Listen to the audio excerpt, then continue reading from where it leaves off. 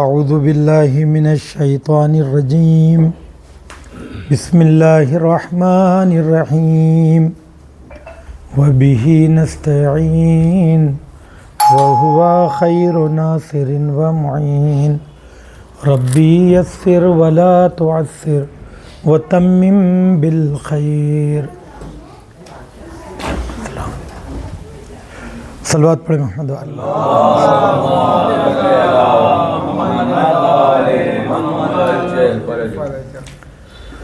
اللہ سبحانہ و تعالیٰ کی حمد و ثنا اور محمد و آل محمد پر درود و سلام کے بعد ہمارا جو سلسلہ چل رہا ہے کہ قرآن مجید کے چھوٹے سوروں کی تفسیر بیان کی جا رہی ہے، اور ہر ہفتہ ایک سورہ اور اس کی مختصر تشریح۔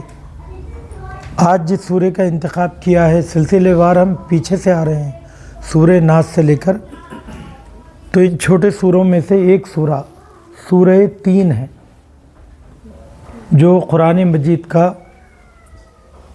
95 یعنی 95 نمبر کا سورہ ہے، جس میں ارشاد رب العزت ہو رہا ہے بسم اللہ الرحمن الرحیم والتین والزیتون وطور سینین وهذا البلد الامین لقد خلقنا الانسان فی احسن تقویم ثم رددناه اسفل سافلین الا الذین آمنوا وعملوا الصالحات فلهم اجر غیر ممنون فما یکذبک بعد بالدین الیس اللہ باحکم الحاکمین۔ اس کا ظاہری ترجمہ یہ ہے کہ قسم ہے انجیر اور زیتون کی اور طور سینین کی اور امن والے شہر کی، 4 چیزوں کی قسم کھائی گئی۔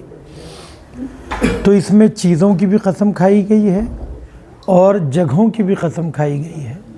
اس کا مطلب یہ ہے کہ اللہ سبحانہ و تعالیٰ کے نزدیک یہاں تک کہ کھانے پینے کی چیزیں اور زمین تک مقدس ہے۔ ہمارے پاس کوئی چیز بے ارزش نہیں ہے۔ یقیناً انسان اشرف المخلوقات ہے، مگر ہر چیز اللہ کے نزدیک مقدس ہے، قداست رکھتی ہے، کرامت رکھتی ہے، بزرگی رکھتی ہے، شرف رکھتی ہے۔ اسی لیے یہ نعمات الہیہ، ان نعمات الہیہ کا ہم کو ہمیشہ احترام کرنا چاہیے، چونکہ اگر یہ محترم نہ ہوتی تو اللہ سبحانہ و تعالیٰ قسم نہ کھاتا۔ ہمیشہ قسم بڑی چیز کی کھائی جاتی ہے، لیکن اللہ سبحانہ و تعالیٰ سے بڑا اس دنیا میں کون ہے؟ پھر اس کے بعد سرکار دو سرا سے بڑھ کر کون ہے؟ اس کے بعد انسانوں سے بڑھ کر دوسری مخلوقات پر کون عظمت رکھتا ہے؟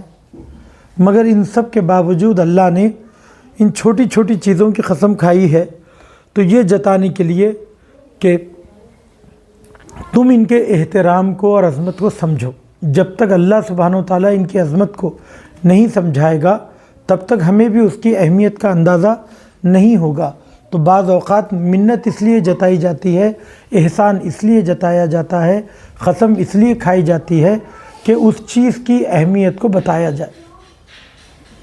ٹھیک ہے، نبوت اہم ہے، ہمیں اس کا اندازہ نہیں، تو اللہ نے قسم کھائی، وہ احسان جتایا، کہا کہ لقد من اللہ علی الذین اذ بعث فیہم رسولا منہم، تو رسول خدا کو تمہارے درمیان مبعوث کیا ہے، اس کا میں تم پر احسان جتاتا ہوں۔ اللہ سبحانہ وتعالیٰ نے ان لوگوں پر احسان جتایا ہے، کن لوگوں پر؟ جن کے لیے اللہ نے نبی کو مبعوث کیا۔ تو نبوت اتنی بڑی نعمت ہے کہ جس کے لیے احسان جتایا جا سکتا ہے، جبکہ عام زندگی میں یہ حکم دیا گیا کہ کسی بھی چیز کی قسم نہ کھائی جائے، اور کبھی بھی اگر کوئی نیکی کرو تو اس کا احسان مت جتاؤ۔ یہ ہمارے لیے عیب ہے، لیکن کیا مگر اللہ سبحانہ و تعالیٰ نے احسان جتایا، تو یہ ہمارے لیے عیب ہے، اللہ کے لیے نہیں ہے۔ اگر اللہ سبحانہ و تعالیٰ احسان نہیں جتائے گا تو ہم اس کی عظمت اور اہمیت کو سمجھ نہیں پائیں گے۔ اس کی اہمیت کو سمجھانے کے لیے اللہ نے یہاں پر قسم کھائی ہے یا کہیں کسی جگہ پر احسان جتایا ہے۔ تو قسم ہے انجیر کی اور زیتون کی اور طور سینین کی۔ طور سینین جگہ ہے، کہاں پر ہے ابھی بتاؤں گا۔ اور امن والے شہر کی قسم کھائی۔ یہ امن والا شہر کون سا شہر ہے؟ بیت مقدس ہے یا پھر خانہ کعبہ مکہ مکرمہ ہے؟ ہم نے انسان کو بہترین ساخت میں پیدا کیا، پھر ہم نے اس کو پسترین حالت کی طرف پلٹا دیا۔ بہترین شکل میں پیدا کیا، بہترین شکل و صورت کے ساتھ، پھر اس کے بعد پسترین حالت میں پہنچا دیا، سوائے ان لوگوں کے جو ایمان لانے والے، جو ایمان لائے اور انہوں نے نیک اعمال انجام دیے، تو ان کے لیے نا ختم ہونے والا اجر ہے۔ پھر تم کو روز جزا کے بارے میں کون جھٹلا سکتا ہے؟ کیا خدا سب سے بڑا حاکم اور فیصلہ کرنے والا نہیں ہے؟ اتنی نعمتوں کو گنانے کے بعد اللہ نے انسان کے ضمیر کو جھنجھوڑا اور کہا کہ اب کیا تم روز جزا کا انکار کر سکتے ہو؟ کیا تم یہ کہہ سکتے ہو کہ آخرت میں کوئی فیصلہ کرنے والا نہیں، کہ جس کے قبضے قدرت میں ہر خشک و تر موجود ہے؟ تو کیا قیامت اس کے قبضے قدرت میں نہیں ہے؟ جب آغاز اللہ کی جانب سے ہے تو کیا انجام اللہ کے ہاتھ میں نہیں ہے؟ ان باتوں کی طرف اشارہ کیا گیا۔ ایک صلوات پڑھیے تو بات۔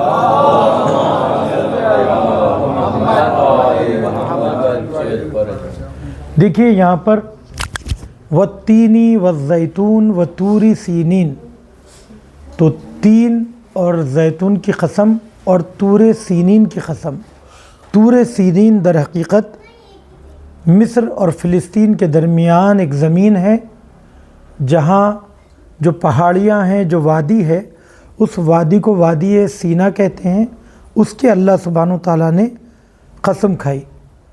یہ در حقیقت آج فلسطین کے قبضے میں ہے، یعنی زمین لوگ اتنے پھیل گئے کہ اب وہ فلسطین کے حصے میں آ گیا۔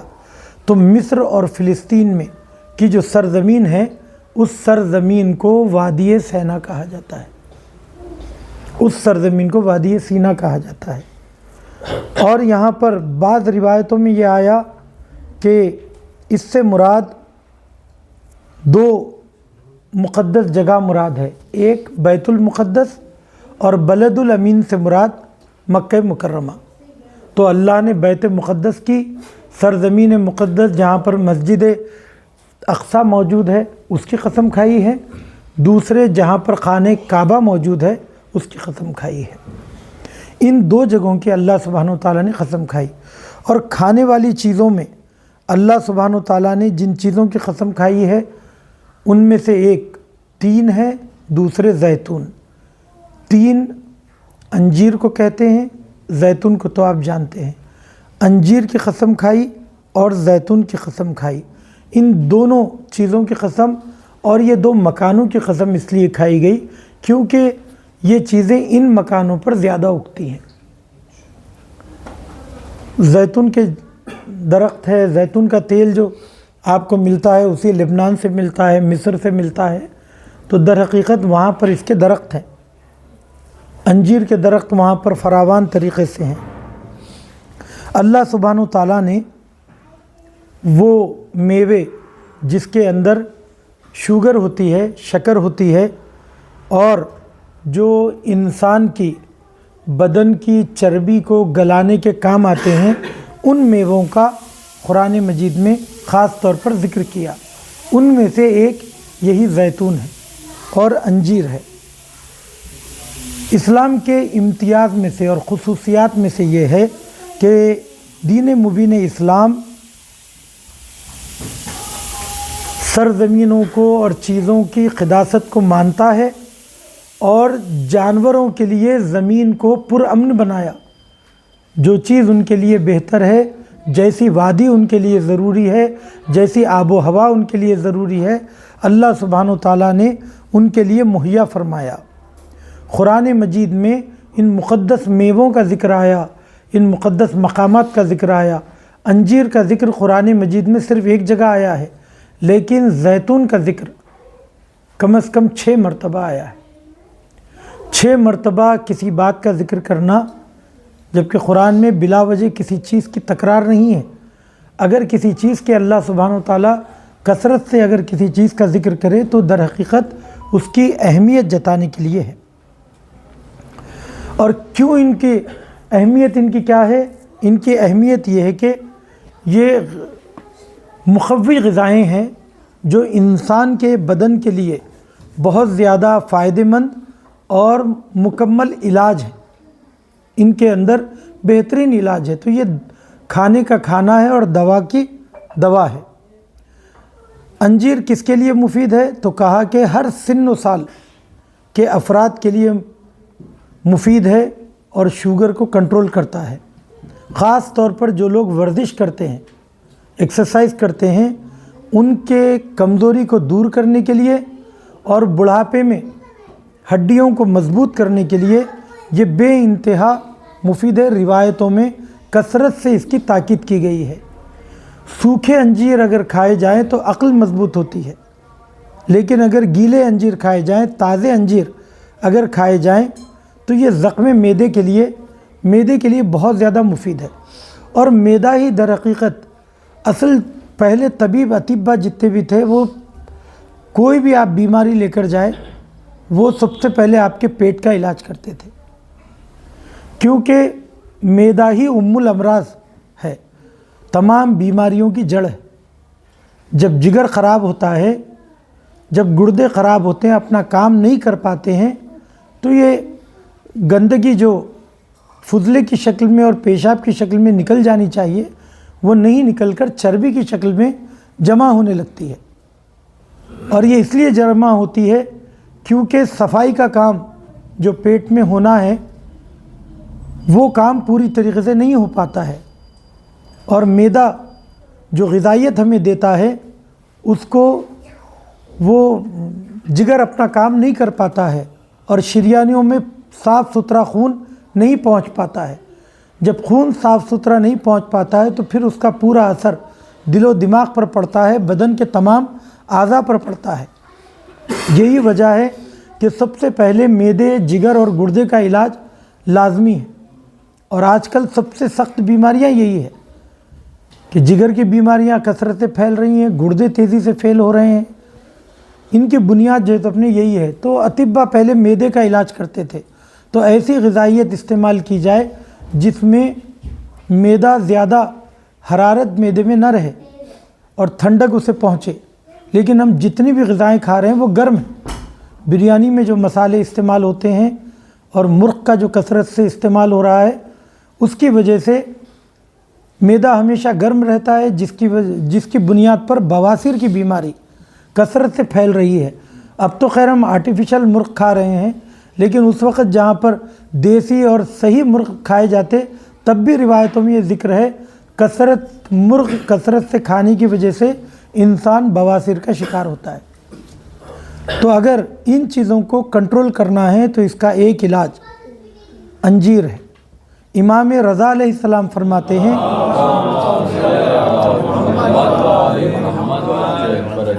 انجیر کا استعمال منہ کی بدبو کو دور کرتا ہے۔ تو دیکھیے ریشہ یہاں پر بھی وہی ہے، ہمیشہ منہ سے اگر بدبو آ رہی ہے اس کا مطلب یہ کہ معدہ خراب ہے، معدے کے خرابی کی وجہ سے منہ سے بدبو آتی ہے۔ انجیر آپ کھاتے ہیں تو معدہ کنٹرول ہوتا ہے، معدہ کنٹرول ہونے کی وجہ سے بدبو ختم ہوتی ہے۔ دوسرے، مسوڑوں کی مضبوطی کے لیے بھی انجیر مفید ہے، اور ہڈیوں کی مضبوطی کے لیے بھی انجیر مفید ہے، اور بال اگر اگانا چاہتے ہیں بالوں کے اگنے میں بھی انجیر مفید ہے۔ اسی طریقے سے جب آپ انجیر کا استعمال کرتے ہیں تو انجیر کے استعمال سے درد، خاص طور پہ مفاصل کا درد جو عمر کے ساتھ بڑھتا چلا جاتا ہے کیلشیم کی کمی کی وجہ سے، اس کو وہ دور کرتا ہے۔ تو انجیر ایک دوا کی طرح مؤثر ہے ہمارے بدن کے لیے۔ زیتون کا کیا فائدہ ہے؟ زیتون در حقیقت خون کی روانی کو بڑھاتا ہے، چربی کو کم کرتا ہے اور بلغم کو چھاٹتا ہے۔ خاص طور پر اس موسم میں لوگ سائنس کے شکار ہوتے ہیں، کھانسی کے شکار ہوتے ہیں، بلغم کے شکار ہوتے ہیں، تو ان کے لیے دارچینی کا چوسنا دھیرے دھیرے، تو یہ سردی کا بہترین علاج ہے۔ چبا کے نہ کھائے کہ چھالے بھی آنے کا خطرہ ہے، چھالے آ سکتے ہیں، لیکن آہستہ آہستہ اسے چوسا جائے تو خون کی روانی بڑھتی ہے، ٹھنڈک کا احساس زیادہ نہیں ہوتا ہے، اور ساتھ میں جتنا بھی بلغم ہے بلغم کو دور کرتا ہے۔ اسی طریقے سے ملیٹھی کے چوسنے سے بلغم اور صفرا دور ہوتا ہے، صفرا نہیں بن پاتا ہے، کھٹے ڈکار نہیں آتے ہیں، یہ معدے کو بھی کنٹرول کرتا ہے۔ تو یہاں پر بلغم کو دور کرتا ہے، اور اس کے استعمال سے چہرے پر ایک طریقے کی شادابی اور تراوت زیتون کے استعمال سے رہتی ہے۔ زیتون دونوں طریقے سے لوگ کھاتے ہوئے میں نے دیکھا ہے کہ کچے بھی کھاتے ہیں، لیکن اس کا مزہ ذرا کسالہ سا ہوتا ہے، اور اس کے علاوہ اس کو سرکے کے پانی میں ڈال کر کھاتے ہیں، جس کو ایرانی ترشی کہتے ہیں، ان کا ایک طریقے کا یہ اچار ہے۔ بعض لوگ اس کو خود زیتون کے تیل میں بھون کر کھاتے ہیں، اور عام طور پہ آج کل تو پیزے وغیرہ میں بھی یوز ہو رہا ہے۔ تو لبنان میں عام طور پر ہر کھانے کے ساتھ زیتون ہوتا ہے۔ ایران میں بھی زیتون کا استعمال ہے، مگر کم، چونکہ وہاں پر مہنگا پڑتا ہے یہ، یہاں تو ہم اس کو دیکھتے بھی نہیں ہیں کیونکہ ملتا بھی نہیں ہے آسانی سے، لیکن زیتون کا استعمال اس عنوان سے بہت زیادہ مفید ہے۔ اس کے علاوہ کمزوری کو دور کرتا ہے اور غصے کو کنٹرول کرتا ہے زیتون کا استعمال۔ تو دیکھیے پھر سے میں آیتوں کی تلاوت کرتا ہوں۔ والتین والزیتون، یہاں پر واو قسم ہے، قسم ہے زیتون کی اور انجیر کی، وطور سینین کی یعنی وادی سینا کی، اور ھذا بلد الامین یعنی مکہ مکرمہ کی۔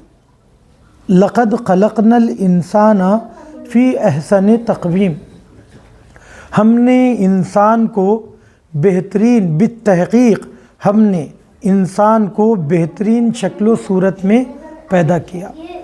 آپ دیکھیے اگر ہمارے حوالے کر دیا جائے تو ہم کبھی بھی تصور بھی کریں کہ ہم انسان کو کیسا ہونا چاہیے تو ہم اس سے بہتر تصور نہیں کر سکتے ہیں۔ یہ تو خدا کا کرم ہے کہ اس نے ہر چیز کو، آج تو سائنس اور ٹیکنالوجی آگے بڑھ گئی، اور سائنس کی ترقی کی وجہ سے بدن کے ہر عضو کی حکمت اور اس کی ضرورت اور اس کی کارکردگی کے بارے میں تفصیل سے کتاب ہے۔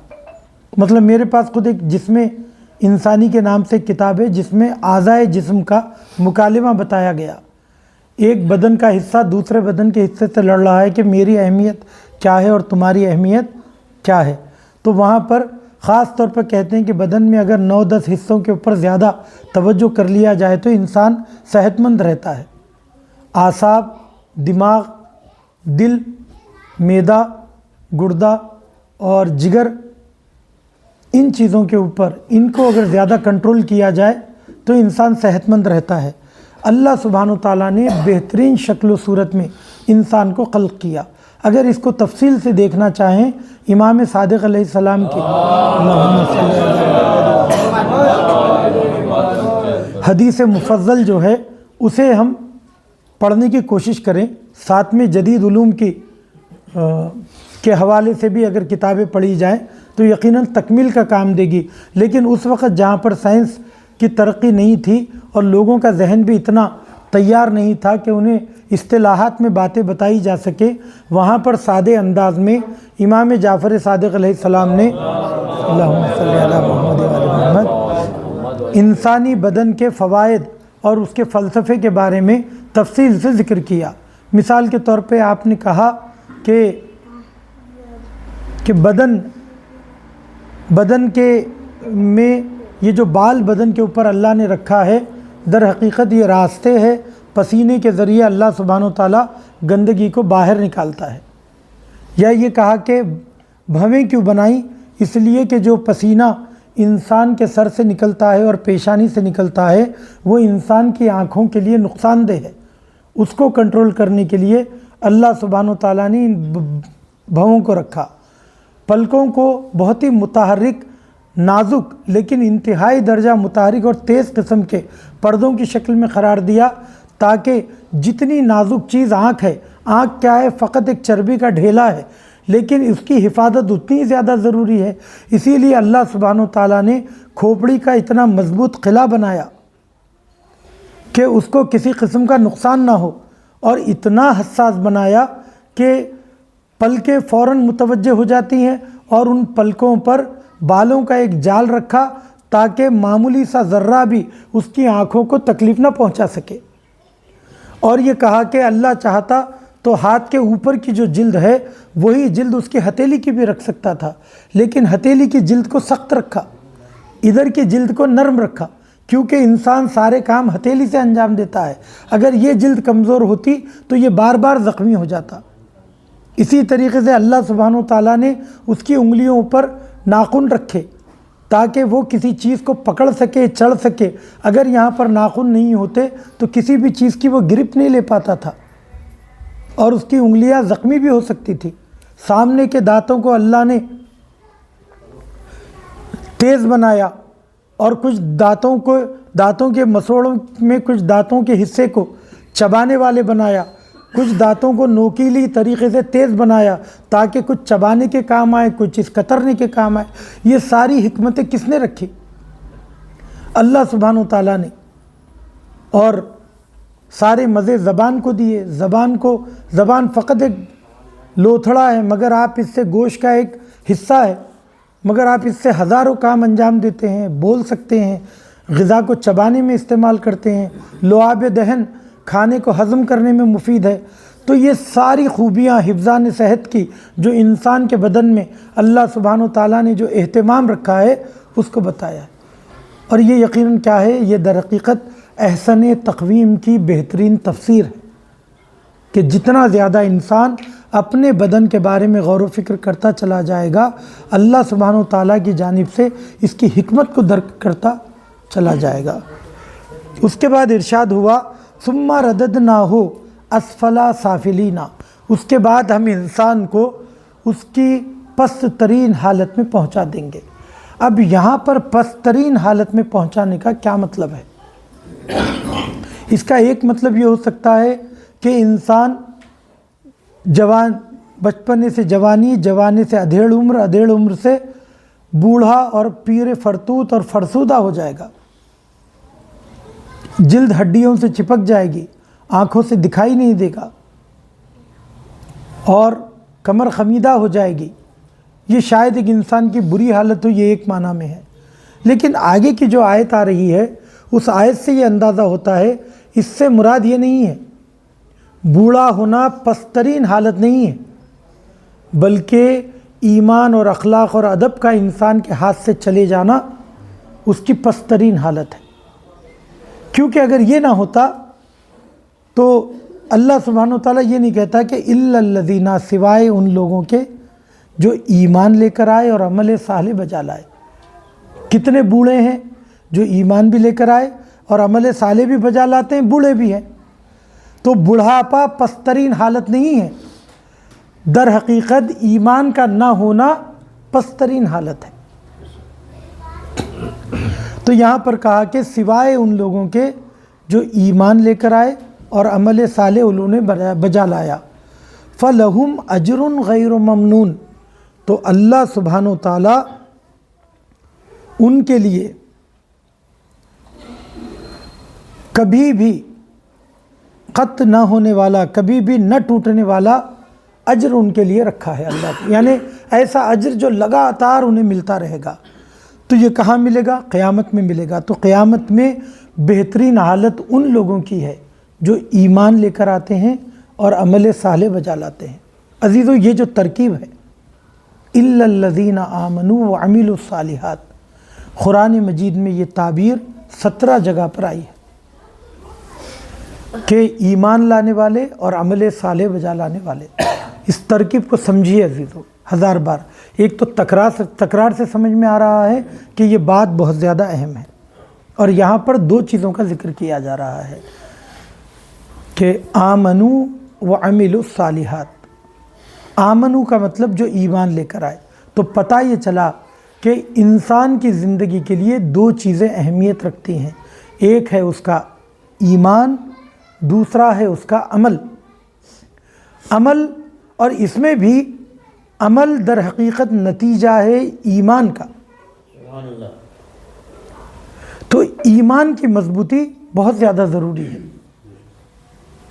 اچھا، جب کہتے ہیں ایمان کی اہمیت بہت زیادہ ضروری ہے تو بعض لوگ عمل کی تکرار کرنے والوں کو ٹوک کر یہ کہتے ہیں صاحب آپ یہ کیا عمل کرتے رہتے ہیں، اصل چیز ایمان ہے، ایمان بڑی چیز ہے.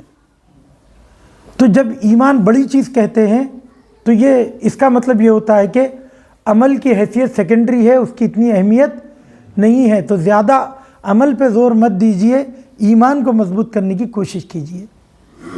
در حالی کیا جناب، ایمان ایک قلبی حالت کا نام ہے، مگر ایمان مضبوط ہے یا نہیں ہے یہ ہمیں کیسے پتہ چلے گا؟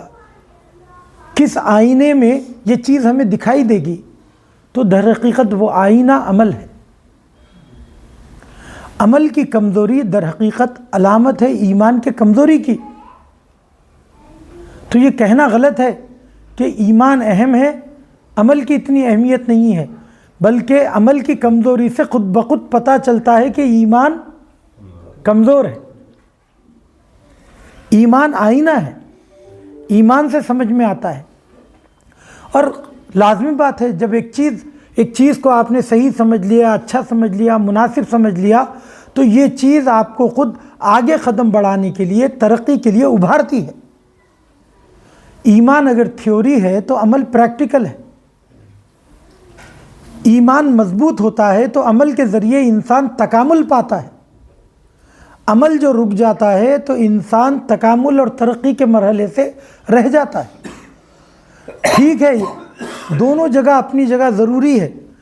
ایمان کا اتنا فائدہ ضرور ہے کہ اگر خدا نہ خواستہ ہم بے عمل یا بد عمل رہے تو کل کے دن یہ ایمان ہمارے ساتھ آنے والا ہے، کیونکہ ہماری بیس مضبوط ہے، دیواریں بنی ہوئی نہیں ہیں.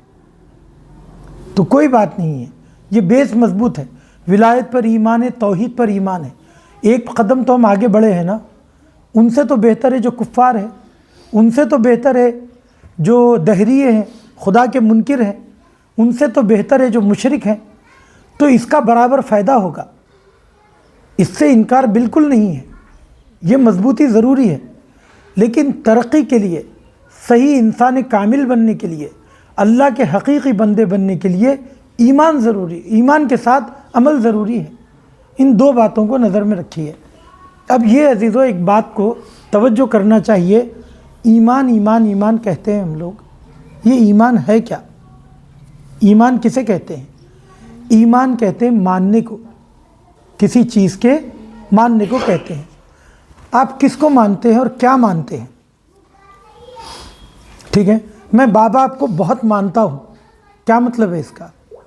یعنی میں ان کو اپنے سے بڑا سمجھتا ہوں، محترم سمجھتا ہوں، ان کو لائق عزت سمجھتا ہوں. میں اہل بیت کو بہت مانتا ہوں، میں قرآن کو بہت مانتا ہوں، میں اللہ کو بہت مانتا ہوں. یہ ہم لوگ کہتے ہیں تو کسی چیز کے ماننے کو ایمان کہتے ہیں. ٹھیک ہے، اب سوال یہ ہے کہ کسے مانا جائے. ماننے کو تو لوگ سورج کو بھی مانتے ہیں، گائے کو بھی مانتے ہیں، درختوں کو بھی مانتے ہیں، محترم مانتے ہیں. اور کچھ لوگ اللہ کو محترم مانتے ہیں. تو یہ بھی ماننا ہے، یہ بھی ماننا ہے. کون سا ماننا محترم ہے؟ اس پہ غور کرنے کی ضرورت ہے عزیزو، اور یہی اصل ایمان ہے. تو دیکھیے، جو سب سے زیادہ، جو چیز انسان سے زیادہ عظمت رکھتی ہے وہ لائق احترام ہے. کیونکہ کسی بھی شخص کے لیے یہ مناسب نہیں ہے کہ اپنے سے پست ترین چیزوں کا احترام کرے، اس کے آگے سر جھکائے، یہ اس کے لیے ذلت کی بات ہے، بے عزتی کی بات ہے۔ جمادات یعنی زمین پتھر یہ ٹھیک ہے، مفید ہے، بہتر ہے، لائق عبادت نہیں ہے، لائق پرستش نہیں ہے، کیونکہ انسان 100 گنا اس سے بہتر ہے۔ نباتات اگنے والی چیزیں جو زمین سے پتھر سے بہتر ہے، زمین ٹھہری ہوئی چیز ہے۔ نباتات میں ایک خوبی ہے، اگنے والی چیزوں میں خوبی ہے کہ یہ نمو کر سکتے ہیں، چھوٹے سے بڑے ہو سکتے ہیں، تو ان کے اندر ایک صلاحیت ہے، یہ صلاحیت ان کی قابل احترام ہے، لیکن قابل عبادت نہیں ہے۔ ایک اچھی خوبی ہے، لیکن اس کی وجہ سے ہم ان کے آگے سر نہیں جھکا سکتے۔ اس کے بعد ہے حیوانات۔ حیوانات میں زمین جیسا مادہ ہے یعنی جسم ہے، نباتات جیسے بڑھنے کی صلاحیت ہے، ساتھ میں ان کے اندر فیلنگس ہے اور ایک جگہ سے دوسری جگہ حرکت کرنے کی صلاحیت ہے۔ تو یہ حیوانات ہے، یہ زمین سے بہتر ہے، یہ نباتات سے بہتر ہے، حیوان ہے مگر انسان سے کمتر ہے۔ کیوں؟ اس لیے کہ انسان ان سے بہتر ہے۔ انسان کے پاس جسم بھی ہے، جھاڑوں کی درختوں کی طرح بڑھ بھی سکتا ہے، حیوانات کی طرح حرکت بھی کر سکتا ہے، حیوانات کی طرح اس کے اندر فیلنگز بھی ہے، خوش ہوتا ہے، غمگین ہوتا ہے، اسے بھی بھوک لگتی ہے، یہ بھی بیمار پڑتا ہے، یہ بھی اچھا ہوتا ہے، وہی ساری چیزیں ان کے اندر ہیں۔ لیکن اس کے اندر ایک چیز بڑھ کر ہے، کیا ہے؟ اس کے پاس عقل ہے، اختیار ہے، علم حاصل کرنے کی صلاحیت ہے۔ تو انسان کے لیے زیب نہیں دیتا کہ وہ اپنے سے پستر چیزوں کے آگے سر جھکائے۔ تو اب اس دنیا میں انسان کے برابر کون ہے؟ کوئی نہیں ہے۔ تو انسان کے لیے زیب نہیں دیتا کہ کسی کی پرستش کرے۔ تو اب کون باقی رہ جاتا ہے؟ اب ایک ہی شخصیت باقی رہتی ہے جس نے انسان کو وجود بخشا، یعنی خالق انسان۔ اب انسان کو چاہیے کہ اپنے خالق کی پرستش کرے، ٹھیک ہے؟ تو اصل ایمان جو ہے وہ اللہ کی ذات پر ہے، کیونکہ وہی ان تمام خوبیوں کا مالک ہے۔ انسان اگر لائق احترام ہے، عالم اگر لائق احترام ہے، اپنے جیسا انسان، ہم اپنے جیسے باصلاحیت انسانوں کا احترام کرتے ہیں، یہ لائق احترام ہے تو اس کی صلاحیتوں کی بنیاد پر ہے۔ ان تمام صلاحیتوں کا منبع کون ہے؟ اللہ سبحانہ وتعالیٰ کی ذات ہے۔ تو اللہ کی ذات پر ایمان لے کر آئے۔ اب یہاں پر سوال ذہن میں اٹھتا ہے، صاحب آپ تو وہابیوں جیسی بات کر رہے ہیں، صرف اللہ کا احترام کرو، تو کیا خانہ کعبہ کا احترام نہ کریں، قرآن کا احترام نہ کریں، اہل بیت کا احترام نہ کریں، زری کا احترام نہ کریں، کسی بھی چیز کا احترام نہ کریں؟ میں کہوں گا جی نہیں عزیزو، ایسے نہیں کہہ رہا ہوں۔ یہ کہنا چاہتا ہوں کہ تمام احترام کی جڑ، بنیاد، مرکز، محور اللہ ہے۔ اب اس کے بعد ہم اللہ کی طرف دیکھیں گے۔ کہا کہ پروردگار تجھے میں محترم مانتا ہوں، اب بتا میرے لیے کیا وظیفہ ہے، کیا حکم ہے؟ کہا کہ جسے میں محترم قرار دوں اسے محترم سمجھو، جسے میں محترم قرار دوں اسے محترم سمجھو۔ میں کہوں گا پروردگار میں کسے محترم سمجھو؟ اول مخلوق حضرت محمد مصطفیٰ کو محترم سمجھو۔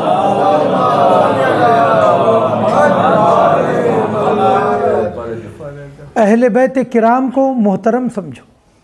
قرآن میری جانب سے نازل ہوا، میرے کلام کو محترم سمجھو۔ خانہ کعبہ کو میں نے مقدس قرار دیا، اس جگہ کو محترم سمجھو۔ بیت المقدس کو محترم سمجھو، تین اور زیتون کو محترم سمجھو، کیونکہ میں نے مقدس قرار دیا۔ یہ سارے کے سارے اب محترم ہیں، مقدس ہے۔ اب دیکھیے یہاں پر تعظیم میں اور عبادت میں فرق ہے، تعظیم میں اور عبادت میں فرق ہے۔ اللہ کی ہم عبادت کرتے ہیں، اسے محترم سمجھ کر لائق سجدہ سمجھتے ہیں۔ اس کے بعد جتنی چیزیں دنیا کی محترم ہیں ان کی صرف تعظیم کرتے ہیں، سجدہ نہیں کرتے۔ اطاعت کرتے ہیں اہل بیت کی، قرآن کی پیروی کرتے ہیں، مگر ان کے لیے رکوع اور سجدہ صرف اللہ کے لیے ہے، بندگی نہیں کرتے ہیں۔ اسی لیے ان میں سے کس کا بھی نام الہ نہیں ہے، معبود نہیں ہے۔ الہ کہتے ہیں لائق پرستش ذات، اللہ کہتے ہیں وہ مخصوص ذات جو صرف ایک اور اکیلی لائق عبادت ہے۔ ٹھیک ہے، تو صرف اللہ لائق عبادت ہے۔ تو عزیزو کس کو ماننا ہے؟ اللہ کو ماننا ہے، اور اللہ جسے محترم قرار دے اسے ماننا ہے۔ مولانا یہ کیسے پتہ چلے گا کہ اللہ نے کس کس کو محترم قرار دیا؟ یہ ایک مسئلہ ہے پورا، تو اسی کے جاننے کا نام ہے علم کلام اور عقائد۔ اس کی ایک فہرست اگر آپ کیا ہمیں دے سکتے ہیں یا کوئی کتاب اس بارے میں بتا سکتے ہیں تو فہرست کے لیے 2 چیزیں دیکھیے۔ ایک تلقین جو موت کے وقت پڑھی جاتی ہے، دوسرے دعائے عدیلہ۔ یہ ضرور یاد رکھیے عزیزو، ایک ہے تلقین، دوسرے دعائے عدیلہ۔ وہاں پر کیا کہتے ہیں؟ اللہ حق ہے، امام حق ہے، قرآن حق ہے، جو خود محمد مصطفیٰ لے کر آئے حق ہے۔ تو وہاں پر موت حق ہے، قیامت حق ہے۔ یہ جو کہا گیا تلقین میں، ان سب چیزوں کے اوپر ایمان لانا ہے، اور یہی اصل دین ہے، یہی بنیاد ہے عزیزو، نہ اس سے آگے ہے نہ اس سے پیچھے ہے۔ اس کے بعد بہت ساری چیزوں کو ہم نے محترم بنا لیا ہے، لیکن بنیاد کیا ہے؟ یہ چیزیں ہیں، اور اسی چیز کا نام دعائے عدیلہ میں بھی ہے۔ اچھا، اس کے بارے میں ہم پڑھے کیا؟ تو 3-4 کتابوں کے نام بتا رہا ہوں۔ ایک ہے ہمارے عقائد، یہ ہندی میں میری کتاب فروشی میں موجود ہے، ہندی زبان میں۔ یہ آیت اللہ ناصر مکارم شیرازی کی کتاب ہے۔ اصل شیعہ و اصولہا، اصل و اصول شیعہ، یہ دوسری کتاب ہے۔ یہ مفید ہے، محترم ہے، 100 صفحے کے اندر کتاب ہے، مگر تشیع کا پورا نچوڑ ہے ایک جگہ۔ کوئی اگر بریف میں، خلاصے میں دین کو سمجھنا چاہے تو یہ ایک مختصر کتاب ہے، اس کے بارے میں پڑھنا چاہیے واقعا۔ یا اس سے پہلے میں نے جو دی آسان عقائد، اس کی 2 جلدیں، یہ کتاب پڑھ لینی چاہیے۔ اور ان کتابوں کو 1 بار نہیں، 2 بار نہیں، 3 بار نہیں، 5-5 6-6 بار پڑھنا چاہیے کہ آپ کے دل و دماغ میں یہ مطالب بیٹھ جائیں۔ اور اگر بیٹھ جائے، یہی آپ کی آخر زندگی تک کافی ہے۔ کثرت مطالعہ اہم نہیں ہے، توجہ کے ساتھ ایک کتاب کا ایک موضوع پہ ڈھنگ سے پڑھ لینا ضروری ہے۔ اس کے لیے یہ بہت کارآمد چیز ہے۔ ٹھیک ہے عزیزو، اس کے بعد رہتا ہے عزیزو عمل۔ عمل جو ہے اپنے کیا ہے؟ در حقیقت 5 قسم کے عمل ہیں۔ واجب ہے اور مستحب ہے، حرام ہے، مکروہ ہے اور مباح ہے۔ ان جتنے بھی ہمارے اعمال ہوں گے وہ ان 5 احکام سے باہر نہیں ہوں گے، اور اسی کے بارے میں ڈیٹیل سے جو کتابیں لکھی گئی وہ فقہ کی کتابیں ہیں، احکام کی کتابیں ہیں۔ توضیح المسائل میں، تحفۃ العوام میں اور تہذیب الاسلام میں انہی باتوں کا نچوڑ ہے۔ ٹھیک ہے، اس کے اندر احکام کے بارے میں بتایا جاتا ہے، اور یہ احکام عزیزو آپ کی 4 ضرورتوں کو پورا کرتے ہیں، 4 ذمہ داریوں کو ادا کرتے ہیں، 4 وظائف کو آپ کے طے کرتے ہیں۔ یعنی آپ کے 4 طریقے کے وظائف ہیں، اور وہ 4 طریقے کے وظائف میں یہ 5 احکام آتے ہیں۔ پہلا وظیفہ آپ کا کیا ہے؟ آپ کا اللہ سے رشتہ۔ تو کچھ اعمال آپ سے اور آپ کے اور اللہ کے رشتے کو بتاتے ہیں۔ اس کا ذکر عبادات میں آیا ہے، روزے میں آیا ہے، نماز میں آیا ہے، حج میں آیا ہے، دعاؤں میں آیا ہے۔ اعمال کا ایک حصہ ایسا ہے جو آپ کے اور اللہ کے رشتے کو مضبوط کرتا ہے۔ دوسرا، کچھ اعمال ایسے ہیں جو آپ کے وظائف کو بتاتا ہے کہ دوسرے لوگوں کے حوالے سے آپ کی ذمہ داری کیا ہے۔ تو اسی میں شادی بیاہ، ماں باپ کی خدمت، بھائی کا حق، پڑوسیوں کا حق، ان سب چیزوں کا اس کے اندر ذکر کیا گیا ہے۔ اور سارے معاملات، تجارت کے بھی جتنے بھی احکام ہیں، اجارے کے جتنے بھی احکام ہیں، اس کے اندر چونکہ دوسرا انسان انوالو ہوتا ہے تو آپس میں ایک دوسرے کے کیا حقوق ہے اس کا ذکر ان اعمال میں کیا گیا ہے۔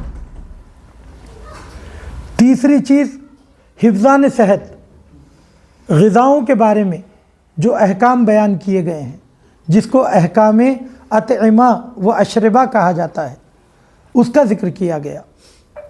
چوتھی چیز، دوسری مخلوقات کے حوالے سے اللہ نے جتنی بھی نعمتیں دی ان کے حوالے سے آپ کی ذمہ داری کیا ہے، پانی کا برباد نہ کرنا، الیکٹریسٹی کا برباد نہ کرنا، ہوا کو آلودہ نہ کرنا، یہ ساری جو ذمہ داریاں ہیں، ان ذمہ داریوں کو ہماری ان فقہ کی کتابوں میں بتایا گیا، اور ہمارے جو حقوق ہیں ان حقوق کی ادائیگی کے لیے حدود و قصاص اور تعزیرات، 3 قسم کے احکام رکھے گئے کہ جہاں پر جان کا بدلہ جان، اگر کسی کو کسی نے زخم پہنچا دیا یا کسی کے مال میں غصب کیا، ان حقوق کو ادا کرنے کے لیے نظام قضاوت کو رکھا گیا۔ ان کتابوں کو آپ کو اگر پڑھنا ہے تو شیعہ عقائد اور احکام کے آئینے میں سید کاظم قزوینی کی یہ پیاری سی کتاب ہے، اس کو حوصلہ کر کے پڑھنا چاہیے۔ یہ کتاب ایک آدمی پڑھے جیسی نہیں ہے، یا کوئی بھی کتاب ایک گروپ بنا لینا چاہیے کہ ہم ایک ایک چیپٹر پڑھیں گے، ایک دوسرے کو آ کر سنائیں گے، ایک آدمی سنائے، دوسرا آدمی اس کی غلطیاں نکالے اور تکمیل کرے، تو اس طریقے سے کیا ہو جائے گا، دین کی بنیادی باتوں کا ایک علم ہو جائے گا۔ یہ بہت ضروری ہے عزیزو۔ اس کا فائدہ یہ ہوتا ہے کہ کوئی بھی ازم، کسی کا بھی کوئی طریقے زندگی، کسی کی روش آپ کو بہکا نہیں سکتی، ورنہ انسان کیا ہے، کل جدید لذیذ، ہر نئی چیز اچھی لگتی ہے۔ کبھی اوشو کی طرف دیکھا، دل اس کی طرف بڑھنے لگا، کبھی بدھزم کی طرف پڑھنے لگا، اس کی طرف آدمی، کسی ہندو کے کسی لیکچر کو سن لیا، ارے کیا اچھی بات ہے اس نے کہی، ادھر ہم بھاگنے لگے۔ جبکہ جب آپ ٹیلی کر کے دیکھیں گے تو سمجھ میں آئے گا کہ ان کی کتنی اہمیت ہے اور اسلامی احکام کی کتنی اہمیت ہے۔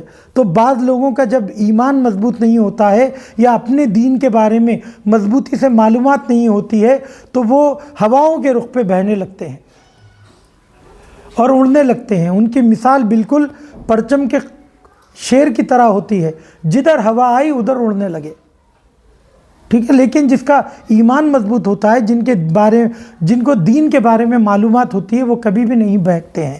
انہی لوگوں کے لیے یہاں پر کہا گیا، میں اس حصے کو ذرا تفصیل کر دیا عزیزو، مطلب یہ ریکارڈ بھی ہوتا ہے، شاید کسی کے کام آئے۔ تو دیکھیے، جو ایمان لاتے ہیں اور عمل صالح بجا لاتے ہیں، اللہ ایسے لوگوں کو کبھی بھی ختم نہ ہونے والا اجر دیتا ہے۔ اب یہ ساری باتیں ذکر کرنے کے بعد اللہ سبحانہ و تعالیٰ یہ فرماتا ہے کہ جس کے قبضہ قدرت میں دنیا کی تمام نعمتیں ہیں، ساری زمینیں اللہ کے قبضہ قدرت میں ہیں، تم کو اس نے بہترین خلق میں پیدا کیا اور وہی تمہارا انجام برے سے برا بھی کر سکتا ہے، تو اور اچھی سے اچھی نعمتیں تم کو کبھی ختم نہ ہونے والی نعمتیں آخرت میں دے سکتا ہے، تو کیا تم اس کے باوجود آخرت کا انکار کر سکتے ہو؟ سبحان اللہ۔ آخرت کا انکار کر سکتے ہو؟ کیا اسی دنیا کو سب کچھ سمجھ سکتے ہو؟ اور کیا اس بات کا تم کو یقین نہیں ہے اب بھی کہ بہترین حکم کرنے والا اللہ سبحانہ و تعالیٰ ہے؟ اب یہاں پر ایک بات مزے کی یہ ہے کہ سب کچھ اس کے قبضہ قدرت میں ہے، وہ چاہے تو ہماری بدعمالیوں کی وجہ سے جیسا چاہے ہم سے فیصلہ کرے، لیکن عجب کرم ہے پروردگار عالم کا کہ وہ عدالت کے ذریعے ہمارے ساتھ فیصلہ کرتا ہے، ورنہ ہم اس کی مخلوق ہیں۔ وہ ہمارا کوزاگر وہ ہے، وہ چاہے تو توڑ دے، چاہے تو جوڑ دے، جیسے چاہے کر دے، مگر اللہ سبحانہ و تعالیٰ ہم نے جو غلطیاں کی اس کے حساب سے ہی ہمیں سزا دیتا ہے، ہم نے جو نیکیاں کی اسی حساب سے ہمیں جزا دیتا ہے۔ پھر بھی ڈرنا چاہیے اللہ کی عدالت سے۔ اسی لیے ہم تڑپ کر کہتے ہیں کہ اے پروردگار، اپنی عدالت کے ذریعے ہم پر ہمارا فیصلہ نہ کر، بلکہ اپنے فضل و کرم سے ہم پر فیصلہ کر۔ اور یہی اللہ نے ہم سے چاہا کہ دوسروں کے ساتھ بھی تم عدالت کے پیچھے مت جاؤ، کیونکہ کوئی بھی کسی کا حق پوری طریقے سے ادا نہیں کر سکتا ہے۔ درگزر کر کے، چشم پوشی کر کے، نظر انداز کر کے، فضل و کرم کے ساتھ ایک دوسرے کے ساتھ پیش آؤ، کہ یہی زندگی ہے۔ بہت بہت شکریہ کہ آپ لوگوں نے بڑے حوصلے سے یہ تقریر سنی۔ اللہ سبحانہ و تعالی ہم کو اور آپ کو قرآن مجید کی تعلیمات کو سننے سمجھنے اور اس پر عمل کرنے کی توفیق عنایت فرمائے۔ اللہ سبحانہ و تعالیٰ سے دست دعاؤں کہ اے پروردگار ہمارے تمام گناہ کبیرہ و صغیرہ کو بخش دے، ہمارے مرحومین کی مغفرت فرما، ہم میں جو بے روزگار ہیں انہیں روزگار سے لگا دے، جو روزگار سے لگے ہوئے ان کے رزق حلال میں اضافہ فرما۔ اے پروردگار تجھ سے دست دعا ہوں کہ ایک لمحے کے لیے بھی اپنی نظر رحمت ہم سے دور نہ فرما۔ اے پروردگار تیری بارگاہ میں دست دعا ہوں، اے میرے مولا ہمارا خاتمہ بخیر فرما۔ اے پروردگار چیزوں کی حقیقتوں کو ہم پر واضح فرما اور حق سمجھنے کے بعد حق پر ڈٹے رہنے کی توفیق عنایت فرما۔ امام زمانہ کے ظہور میں تعجیل عنایت فرما اور ہمیں ان کے حقیقی ناصرین میں قرار دے۔ صلوات پڑھیں محمد